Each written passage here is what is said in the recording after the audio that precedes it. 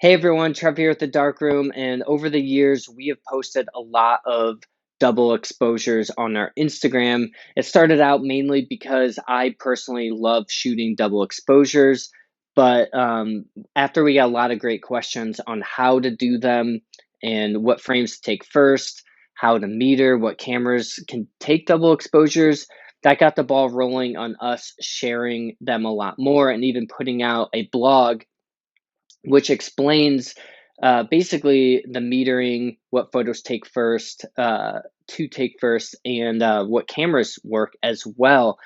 But we wanted to put together a video where we explain how certain ones were taken because it's hard to explain in a blog. So I have some prints with me of some of my favorite double exposures. I'm going to show you them and explain how I made them. So starting off, this is some Portra 400. This was taken with a Hasselblad 500, which I don't normally do double exposures with this camera. I was just kind of experimenting.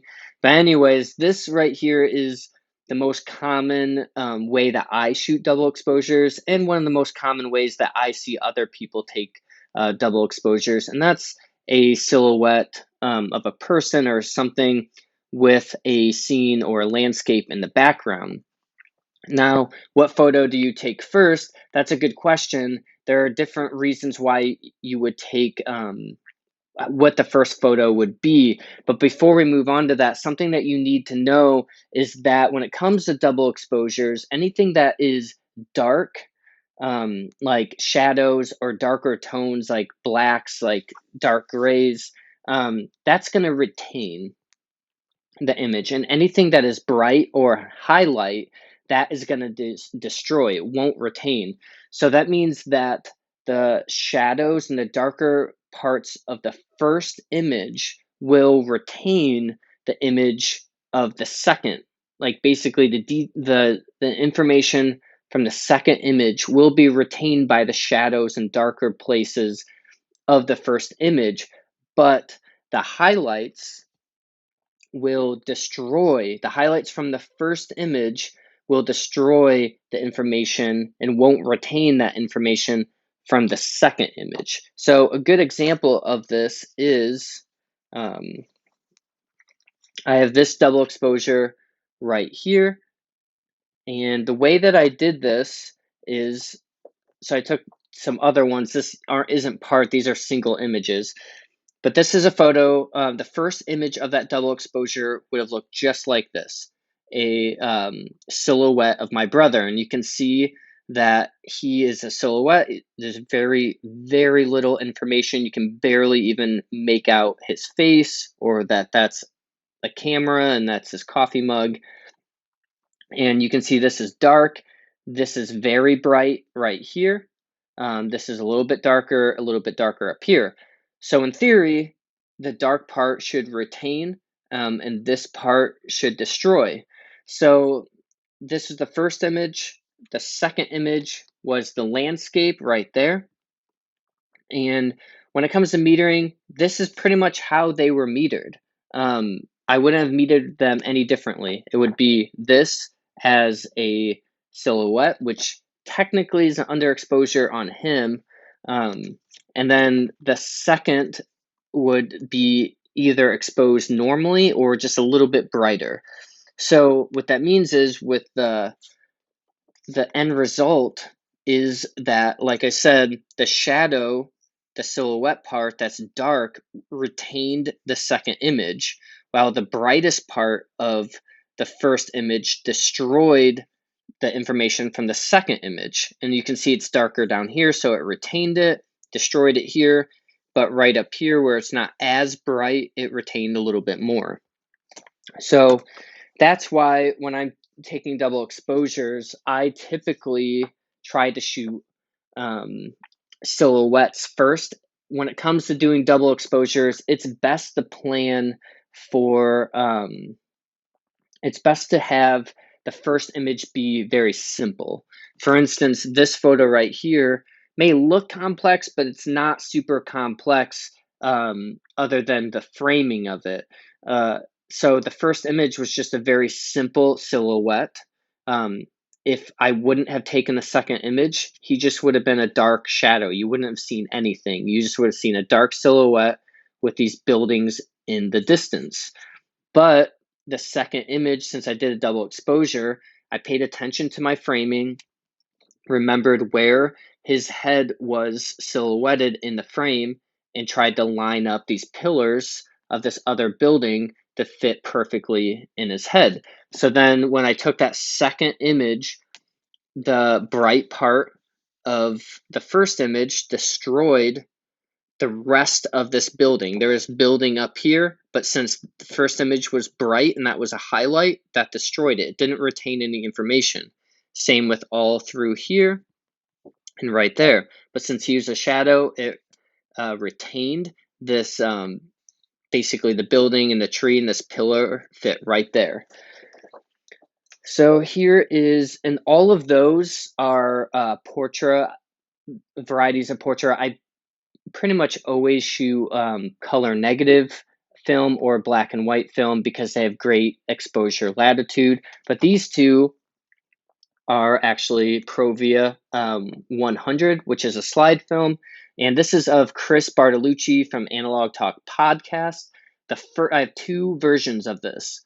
And the first one is, in my opinion, the correct way, but there's really no right or wrong way. It depends on what you want. But my preferred way is the first one that I'm showing you right now. And that's where I took a portrait of her. It was, again, a silhouette, and the background was white. You can see that there's a little bit of detail in her hat and stuff. So it wasn't a pure silhouette. If you have detail in your subject, you'll see a little bit more. And since I metered for her, the background went really bright. So it destroyed all the second image. So the first image was of her silhouette, and then the second image, I just literally looked down at my feet and photographed these rocks in front of me. So that's why the rocks were retained in her silhouette. And you can see there's her arm and her shirt and then her hair. So you can see a little bit of detail, but overlapped with the rocks. Now, if I would have done it the other way around and shot the rocks first, which, as you can see, is a more complicated, more texture, a lot more detail in the photo because there's a bunch of sporadic shadows and a bunch of sporadic highlights. It's just a normal scene. So when I photographed the rocks first and then took her silhouette, that means that the shadows in the darker places of the rock photo, which was first, tried to retain the silhouette.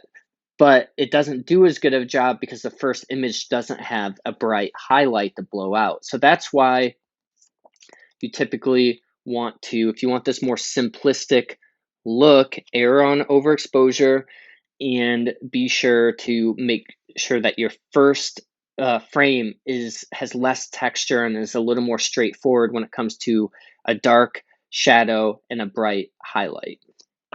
Now, an example of where this worked and an example of where it's fun to kind of experiment and see what happens is this photo right here.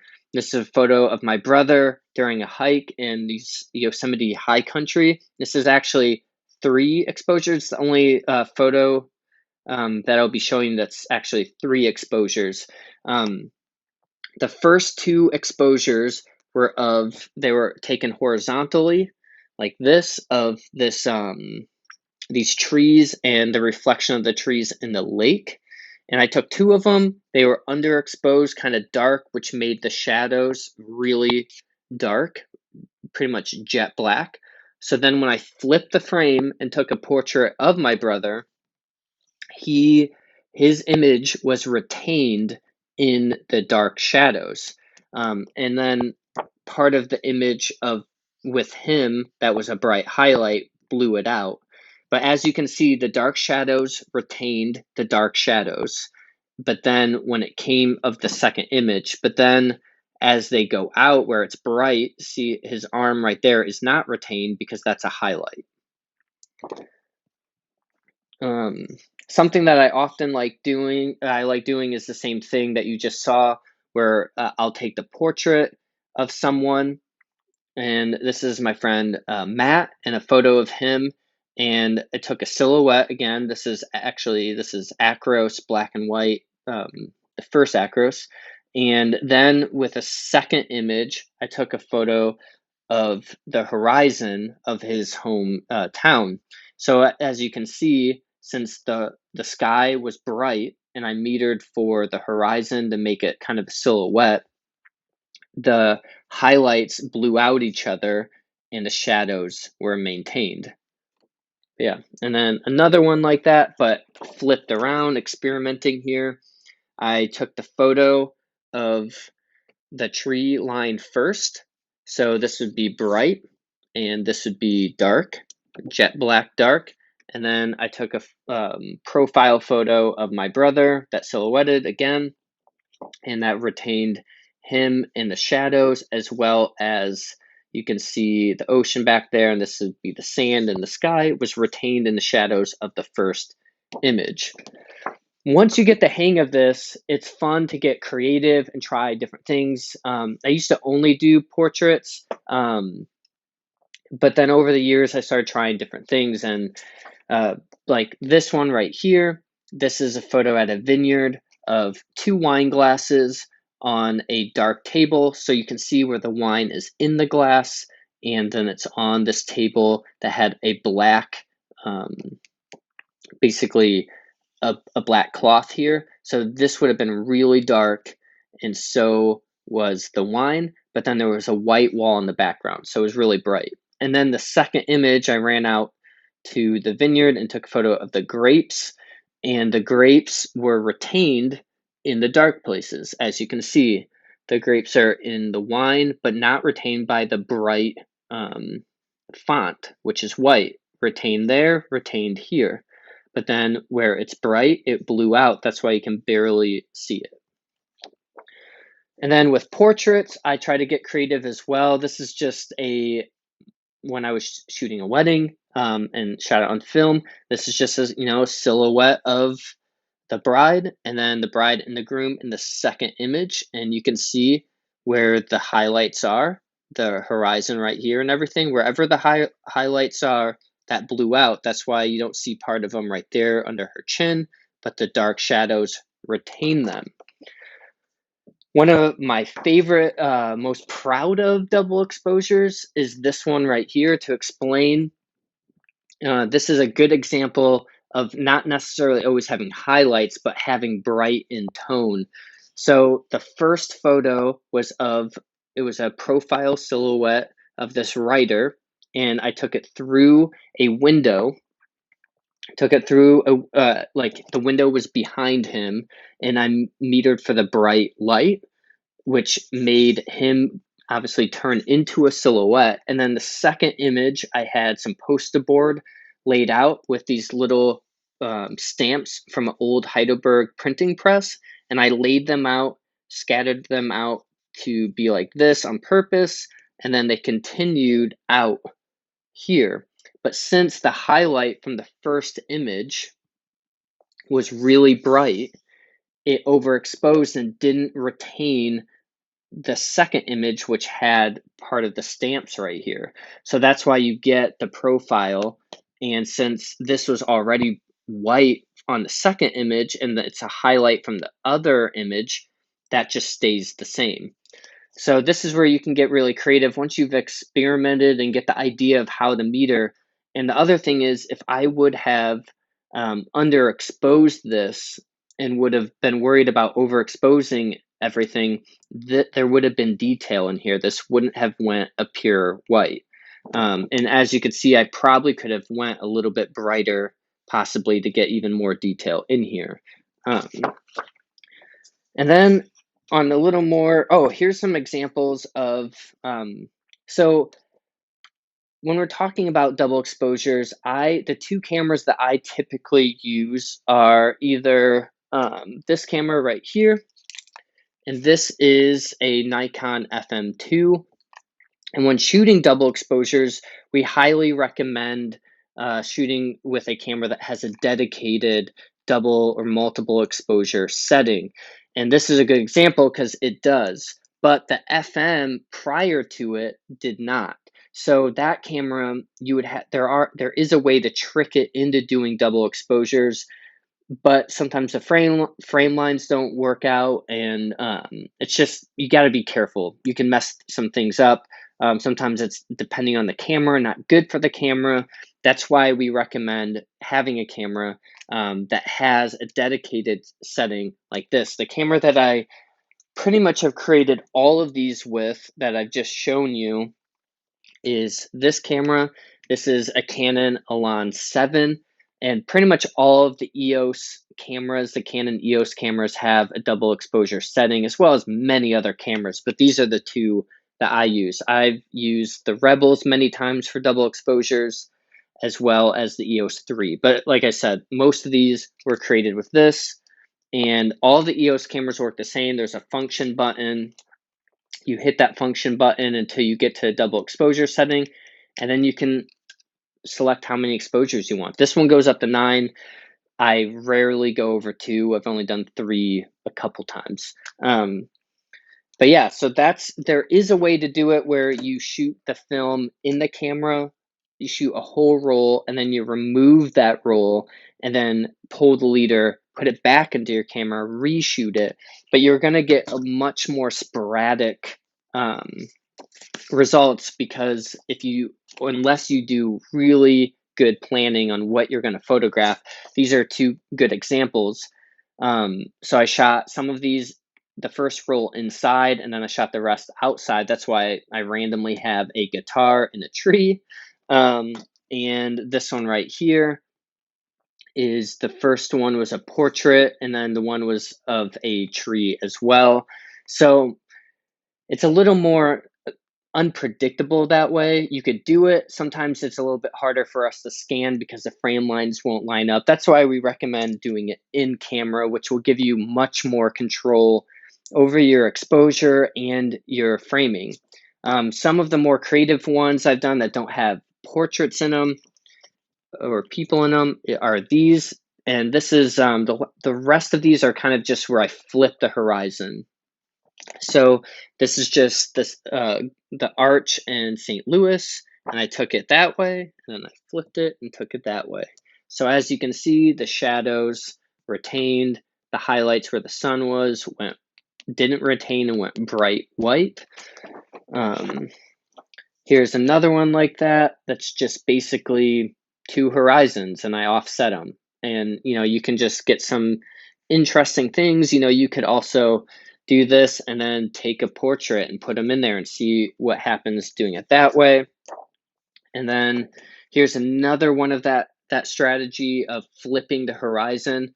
So this was a photo of the Sacramento cityscape, and it was at sunset, so this was really bright. The buildings were kind of like the midtones, and then down here was really dark because that's where the river was. So this was, down here was just as dark as that. So then when I flipped it, the dark part of that image retained the bridge scene right here, and then the highlight part of that image destroyed the dark part from the second image. So it works really well with just flipping and landscapes. And here's another good example, and this is one of my favorites, and I'll end on this one.